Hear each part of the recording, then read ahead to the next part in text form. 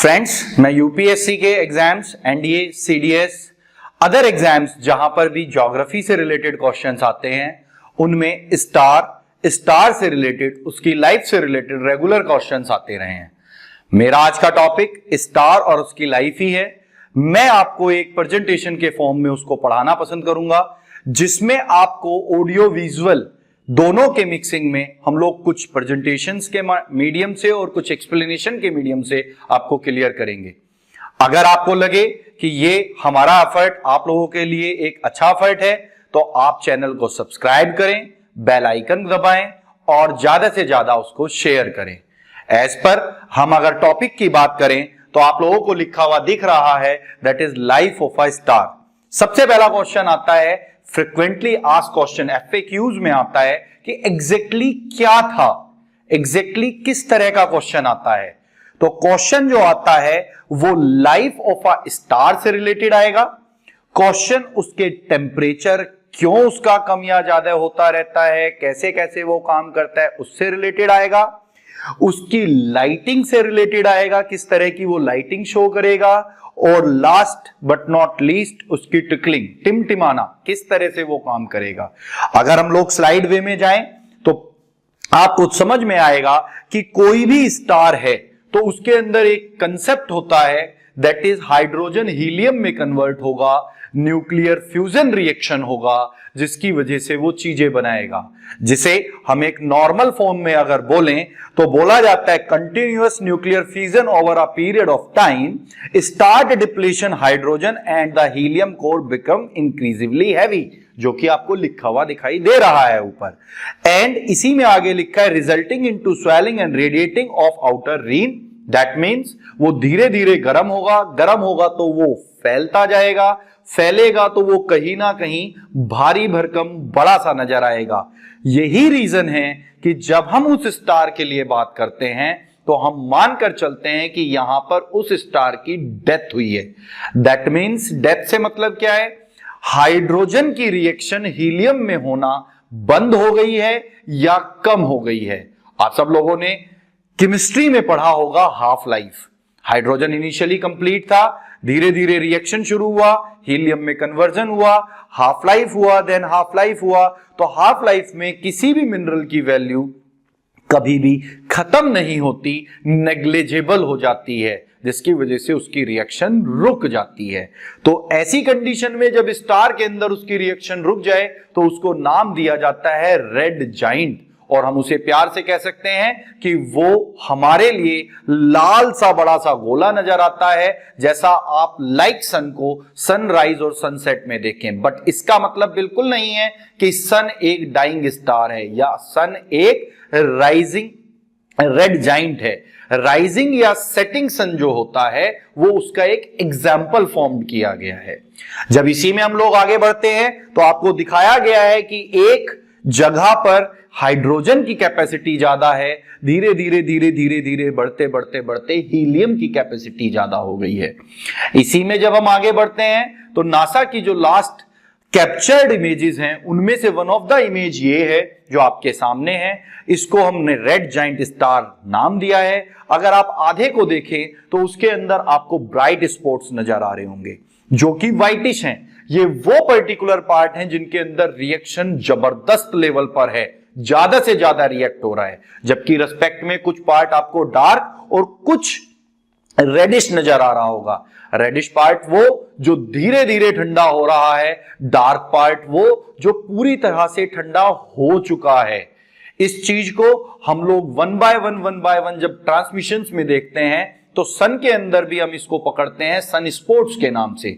उसी तरह से हम इसे स्टार में पकड़ते हैं कि जो उसका डार्कर साइड है वो हाइड्रोजन से हीलियम में कन्वर्ट हो गया है और वो पूरी तरह से समय के साथ साथ पीरियोडिसिटी 11 साल भी हो सकती है एंड मोर भी हो सकती है, धीरे धीरे ठंडा हो रहा है। जब हम इसमें आगे बढ़ते हैं तो अब क्वेश्चन आता है कि वो करेगा क्या। कोई भी चीज गर्म है तो फैलेगी, एक्सपेंडेड, लेकिन ठंडी होगी तो बाय द टाइम सुकड़ना शुरू होगी।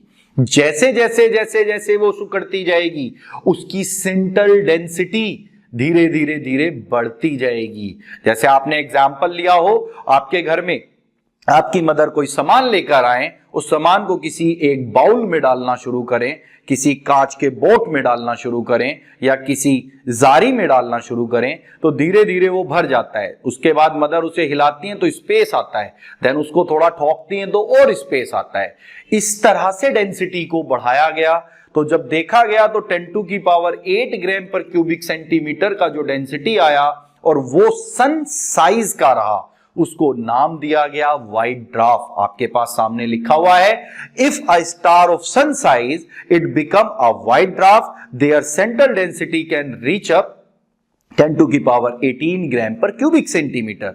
इसी में आगे बढ़ते हैं, अगर सेंट्रल डेंसिटी 10⁻14 ग्राम पर क्यूबिक सेंटीमीटर तक चली गई एंड उसका साइज सन के साइज से बड़ा हो गया तो उस रेस्पेक्ट में हमारे यहां पर इसे न्यूट्रॉन स्टार या पल्सर कहा जाता है। बट आप एक सिंपल सा क्वेश्चन यहां पर आता है, इसे नाम पल्सर ही क्यों मिला या न्यूट्रॉन स्टार ही क्यों मिला? रीजन, एक्सेसिव फोर्स इसके ऊपर लगेगी जिसे नोवा या सुपरनोवा एक्सप्लोजन कहा जाता है, जिससे कि इसकी डेंसिटी रेगुलरली बढ़ गई साइज ज्यादा होने के बावजूद। यही रीजन है कहीं ना कहीं हमारे यहां पर भी बजाज की पल्सर आती है, वो भी यूनिक टेक्नोलॉजी से है, DTSI टेक्नोलॉजी है, तो शायद उसी टेक्नोलॉजी के नाम पर यहां पर पल्सर, यहीं से नाम बजाज ने भी उठाया है। आगे बढ़ जाते हैं तो अगला आता है, सेंट्रल डेंसिटी अगर 10⁻16 ग्राम पर क्यूबिक सेंटीमीटर तक चली जाए तो कहीं ना कहीं चीजें अपनी डेंसिटी को सुपर डेंसिटी पर ले जाती हैं। उसके बाद आइदर वो डेंसिटी में खत्म हो जाएंगी, फट जाएंगी और कन्वर्ट ब्लैक होल में होंगी। इंडिया के एक साइंटिस्ट हुए थे चंद्रशेखर, उन्होंने चंद्रशेखर लिमिट नाम से एक अपनी लिमिट दी जिसमें क्लियर कट उन्होंने बोला है कि रेगुलर बेसिस पर होने वाली चीजें अगर 10⁻16 ग्राम पर क्यूबिक सेंटीमीटर की डेंसिटी को क्रॉस करती हैं या रीच करती हैं तो आइदर वो एक्सप्लॉइड हो जाएंगी और वो ब्लैक होल में कन्वर्ट हो जाएंगी। क्वेश्चन आता है कि कैसे सर वो ब्लैक होल बनेगा, तो डायग्रामिक फॉर्म में मैंने आपको दिखाया है, क्योंकि ब्लैक होल के लिए कहा जाता है ये सुपर डेंस है, सुपर ग्रेविटी रखता है, not even light can escaped from it, और इसी वजह से इसके लिए कहा जाता है कि ये जहां से जाएगा वहां सारी चीजें निगल जाएगा। इसके लिए मैं आपके सामने एक प्रेजेंटेशन में वीडियो ऑन कर रहा हूं, आप चेक करिए उस वीडियो में जहां जहां से वो पाथ निकलता जा रहा है वहां वहां डार्क होता जा रहा है, जिसकी वजह से हम कह सकते हैं कि अंदर की तरफ सारा सेंट्रीफ्यूगल फोर्स लग रहा है। इसके बाद जब हम आगे बढ़ते हैं तो मैंने एक फ्लो चार्ट आप लोगों के लिए डेवलप किया कि एक स्टार बना, स्टार की डेथ हुई तो क्या बनेगा, दैट इज रेड जाइंट बना। स्टार की डेथ के बाद वो रेड जाइंट बना तो वो अगला ठंडा होने पर क्या बनेगा, व्हाइट ड्वार्फ बना। व्हाइट ड्वार्फ के बाद वो न्यूट्रॉन पल्सर बना, एंड अगर इधर देखें तो हमें ब्लैक होल मिला।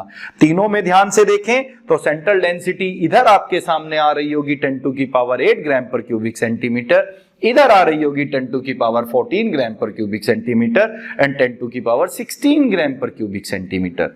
इसी में आगे हम बढ़ जाते हैं तो एक ये फ्लो चार्ट बन के आता है कि एक स्टार था, धीरे धीरे धीरे वो हीट अप होकर एक्सपेंडेड होता गया, देन वो नोवा सुपरनोवा में गया, देन वहां से वो सुपरनोवा के बाद न्यूट्रॉन स्टार या ब्लैक होल में कहीं कन्वर्ट हो गया।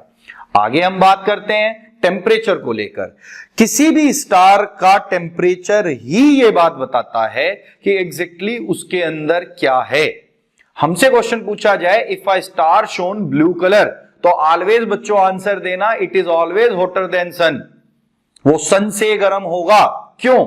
जब हम ब्लू कलर को देखते हैं तो ब्लू कलर की वेवलेंथ हीट में मैक्सिमम होती है जबकि कलर में विजिबिलिटी में मिनिमम होती है, जबकि रेड कलर की वेवलेंथ हीट में मिनिमम होती है, विजिबिलिटी में मैक्सिमम होती है। इसमें यूपीएससी में यह क्वेश्चन भी एक बार पूछा गया है कि जब हम लोग ये चेक करते हैं कि खतरे का सिंबल रेड नजर आता है तो वो रेड ही क्यों नजर आता है, रेड ही क्यों लिया गया, बिकॉज रेड कलर दूर से दिखाई देता है, फिजिक्स का फिनोमिना लगता है, बाकी सारे कलर स्कैटर्ड हो जाते हैं, रेड कलर स्कैटर्ड नहीं होता। विवग्योर का कंसेप्ट आप लोगों ने पढ़ा होगा। वही बात मैंने यहां पूरे डायग्रामिक फॉर्म में दी है। अगर आप ब्लू कलर को देखें और आप रेड कलर को देखें पूरा, तो उसमें नीचे आपको पूरा टेम्परेचर दिखाई दे रहा है।